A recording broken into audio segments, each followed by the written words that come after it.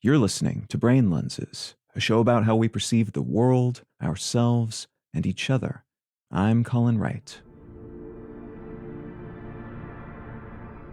This seems like ancient history now, but in the lead up to the transition from the year 1999 to 2000, there was a firestorm of panic and media coverage related to what became known as the Y2K, or Millennium Bug. This bug was related to how most computer code was written at the time. More specifically, the date designations in code back then, for historical and practical reasons, only used 2 digits for the year. So the year 1999 would be 99, and the year 2000 would be 00, which is a problem because that could also be read by software as the year 1900.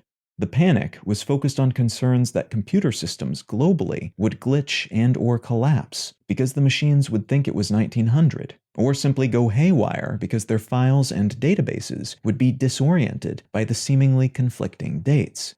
When the year 2000 arrived, though, relatively few issues were reported, which led to a sort of public denial about the entire episode. Conspiracy theories abounded about what the forces that be were up to, whether the scare was a lie, and who stood to gain from all the panic that was sown over the preceding years.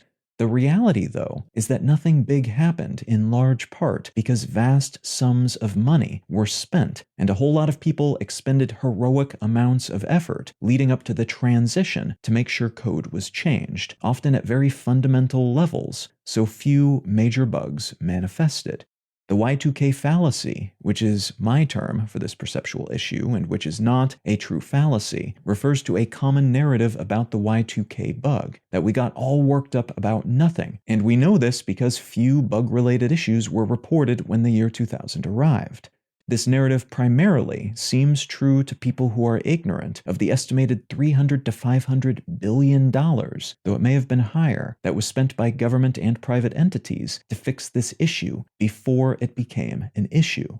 Most experts have said this was money well spent, and although we can't be certain about what would have happened had they not made those investments, it probably wouldn't have been good. This narrative is similar to a business firing their security guard because there haven't been any crimes reported at the business lately. The presence of the guard may have prevented any crimes from occurring, but while we may accurately perceive outcomes, no crime, we may inaccurately identify their causes, the presence of a security guard. Thinking in these terms, it's possible to imagine other scenarios in which we make bad choices because of this same flavor of fallacious thinking. If NASA deflects an asteroid that would have otherwise struck Earth, some folks on the ground might rally to defund NASA and their asteroid deflection program because they've never experienced an asteroid impact, which implies, looking at things through this semi-fallacious lens at least, that we don't need to fund such efforts.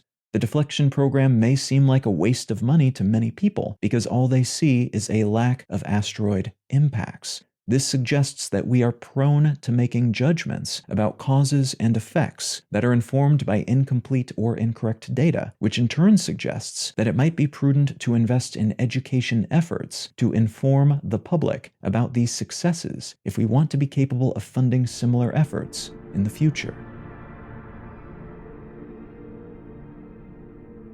You can find out more about Brain Lenses, including how to support this show, and in return receive an additional episode of the show each week at brainlenses.com. You can also support this and all of my projects at understandery.com. I'm Colin Wright, and I'll talk to you again next week.